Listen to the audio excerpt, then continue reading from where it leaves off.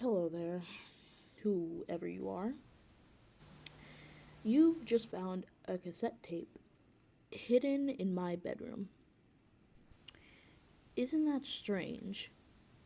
A man like William Afton, someone so simple and plain, hiding a cassette tape of all things. Why would he be hiding anything? I'm sure that if you're from around here, you've heard of the somewhat recent happenings with Freddy Fazbear's Pizza. Quite a controversy. 3 cases of one case of two. All of that adding up to the 5 missing children of Freddy's. Yeah, that was me. I'll elaborate on that later.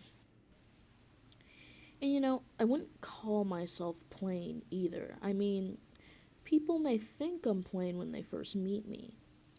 Just a father taking care of himself and his kids, who tragically lost his youngest in '83, and supposedly just got over it, right? Wrong. I'll never get over it. And the fact that he died isn't the only reason. You see, Michael did it. Not a surprise, most people know that. But what most people don't know is that it wasn't an accident. He keeps saying it was, but he's a liar. He hates me. And he hated Joseph. You see, Michael wasn't settled with being a failure, and how I loved Joseph just so much more. So he tormented him, eventually killing him. And that's why I didn't love him in the first place. He was always a terrible kid, a terrible liar, and not worth my time. But now, I hate him much more than I ever have. He's done so much to hurt my soul in one day alone. Joseph, ever since he killed you, I've wanted to put my hands around his neck and just squeeze the life out of his lungs. But of course, if I ever did that, I'd get caught. I couldn't work because I was thinking too much about Mike. I couldn't concentrate on anything. The papers started piling up, and it kept fogging up my mind, and I needed a release. Then I had an idea.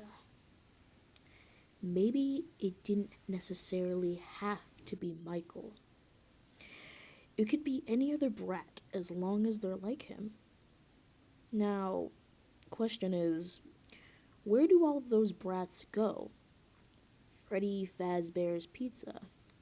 And hey, if they're anything like Michael, they deserve it, and I'd be doing those parents a favor. I went up there about 4 times, picked the worst kids of the bunch, took them back, and I gave it to them. I couldn't do much, of course. They'd start squealing. So I made it quick enough to be efficient, but long enough to make it last.